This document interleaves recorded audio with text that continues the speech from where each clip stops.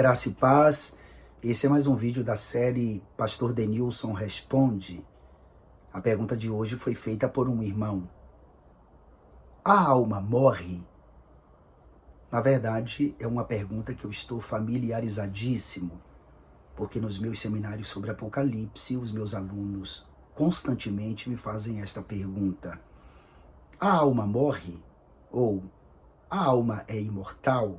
Ou a alma é eterna? Também sempre perguntam, para onde vai a alma do salvo? Para onde vai a alma do ímpio? Vale lembrar que esse assunto também é muito debatido. É a chamada teoria aniquilacionista ou doutrina aniquilacionista. A doutrina aniquilacionista defende a cessação total da vida no ato da morte. A alma, como princípio vital, sucumbe com o corpo no momento da sepultura.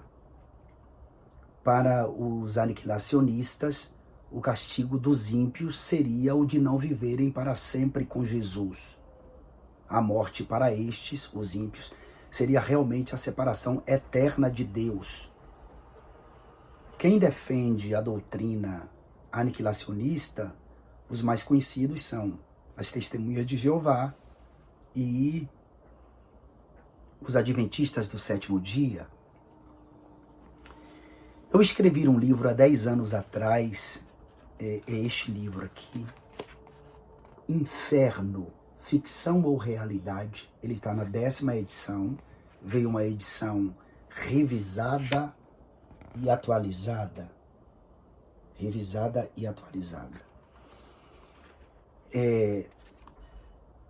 Nesta edição de aniversário de 10 anos, eu acrescentei 2 capítulos.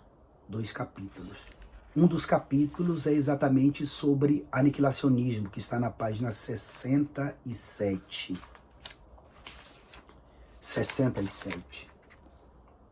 Página 67.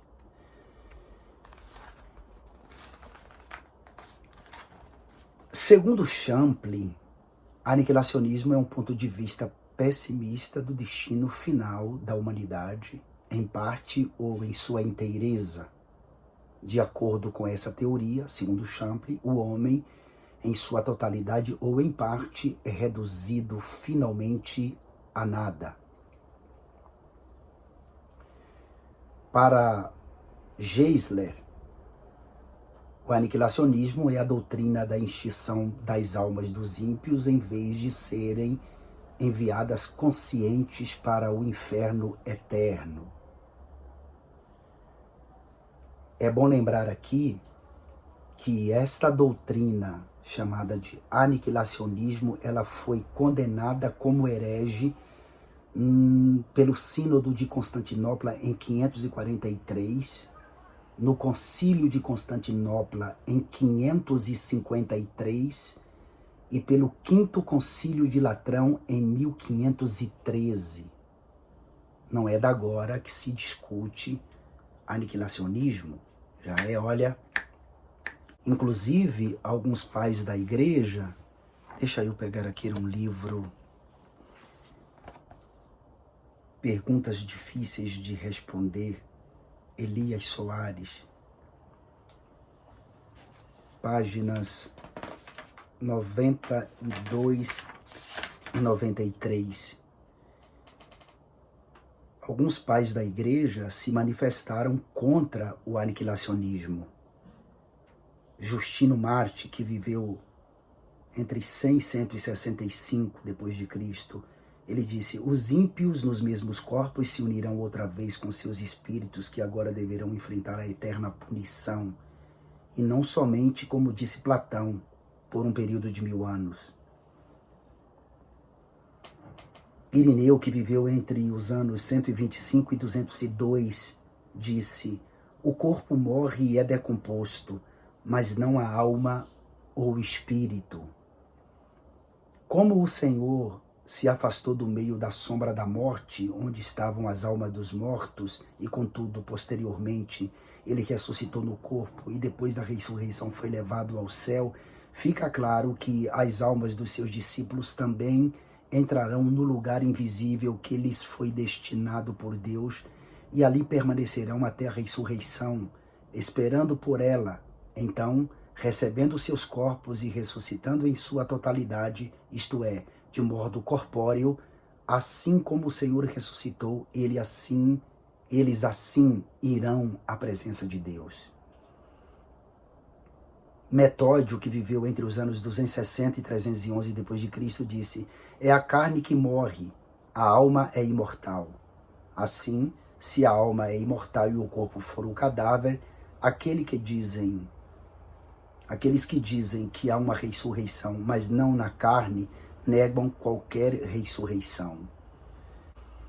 E por último, Tomás de Aquino, que viveu entre os anos 1225 e 1274, disse: foi para o bem da alma que ela foi unida a um corpo. No entanto, é possível que ela exista separadamente do corpo. Os pais da igreja, eles se manifestaram contra esta doutrina aniquilacionista. Ainda no mesmo livro, Perguntas Difíceis de Responder, a alma do homem é diferente da alma dos animais. Os animais não receberam o sopro divino, direto do Criador, como o homem recebeu em Gênesis 2:7. Deus não formou o espírito dos animais dentro deles, como fez com o homem, Zacarias 12:1. Os animais não foram feitos à imagem e semelhança de Deus, Gênesis 1:26, 27. Os animais não possuem uma vida consciente, Romanos 12:1 e 2. Os animais não possuem uma alma imortal como o homem possui, Mateus 10:28. Jesus, no Sermão do Monte, deixou claro que nós estamos em vantagem sobre os animais, Mateus 6:26. Cristo não morreu pelos animais, essa foi boa, né? João 3:16. Não há promessa de ressurreição para os animais como há para os homens, Daniel 12:2. Não há promessa de glorificação do corpo para os animais como há para os justos, 1 Coríntios 15, 50 a 54. Não há promessa de salvação nem de condenação para os animais. Somente os homens receberão a recompensa, Daniel 12:2, Mateus 25, 46. O homem não é como os animais. Os animais morrem e acabou. O homem não. A alma do homem é imortal. Quando Salomão escreve Eclesiastes e fala da inconsciência, ele está falando da inconsciência do corpo e não da alma. A doutrina aniquilacionista é uma doutrina estrábica, tendenciosa, nociva à realidade apresentada pela palavra de Deus e, ao mesmo tempo, é uma doutrina que pode se considerar até diabólica. Então quer dizer que os salvos gozarão da presença de Deus eternamente e aqueles que viveram aqui sem arrependimento, ao morrer suas almas serão aniquiladas. Então vai ser muito bom. Não tem juízo eterno, não tem juízo final.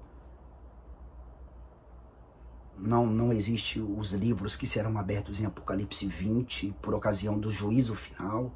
O livro da vida que também será aberto quando todos os ímpios que morreram desde o Gênesis até o final do milênio, do Gênesis até o final do milênio, todos os ímpios irão ressuscitar para comparecer diante do trono branco, o juízo moral de Deus, para serem condenados à penitenciária eterna, o lago de fogo. Então, nada disso vai existir. Essa doutrina aniquilacionista, ela fere a palavra de Deus. Por exemplo, olha o que o apóstolo Paulo escreveu aos Tessalonicenses, 2 Tessalonicenses, capítulo de número 1, versículo de número 9. Os quais por castigo padecerão eterna perdição, ante a face do Senhor e a glória do seu poder. A alma do homem é imortal, a alma não dorme. Eu disse e repito, quando Salomão fala em Eclesiastes sobre a inconsciência, ele fala da inconsciência do corpo, não da alma. A alma não dorme, a alma não morre. Jesus diz que o castigo é eterno, o fogo não se apaga e o bicho não morre. Você lembra daquele texto de Lucas 16, 19 ao 31, que nós consideramos o texto uma parábola, mas na verdade não é uma parábola. Parábola vem do grego parabolê, que significa atirar ao lado, comparar. Parábola é uma narração alegórica que fala-nos de uma doutrina moral. Parábola não é personalizada, ou seja, não se dá nomes aos personagens das parábolas. E nesse texto de Lucas 16, do 19 ao 31, apesar de existir uma epígrafezinha dizendo ser uma parábola, mas nos escritos originais não tinha essas epígrafes, também não tinha capítulo nem versículo, você sabe disso. E nesse texto, Jesus dá nomes aos personagens, fala de Abraão, fala de Moisés, fala dos profetas, fala do Hades. Quando aquele homem rico morreu, que foi para o lugar de tormento no mundo dos mortos, e depois Lázaro morreu e foi para o seio de Abraão, que também ficava no mundo dos mortos, você vê que existe um diálogo. O rico faz um clamor pedindo que Abraão toque sua ponta do dedo na água e lhe toque a língua para que ele fosse refrescado daquela chama. Jesus usa uma linguagem física para descrever os tormentos indizíveis que há no inferno. E Abraão disse, olha, você teve tudo em vida, teve oportunidade, é isso que Abraão está querendo dizer. Então, você vê que existe um diálogo pós-morte. O apóstolo Paulo, ele escrevendo 2 Coríntios capítulo 5, versículo 8, diz assim, mas temos confiança e desejamos antes deixar este corpo para habitar com o Senhor. Olha que lindo. 2 Coríntios 5, verso 6, por isso estamos sempre de bom ânimo, sabendo que, enquanto estamos no corpo, vivemos ausentes do Senhor. 1 Coríntios 1, 23, mas de ambos os lados estou em aperto, tendo desejo de partir e estar com Cristo, porque isto é ainda muito melhor. Não existe mortalidade da alma. Paulo desejava ir para Cristo.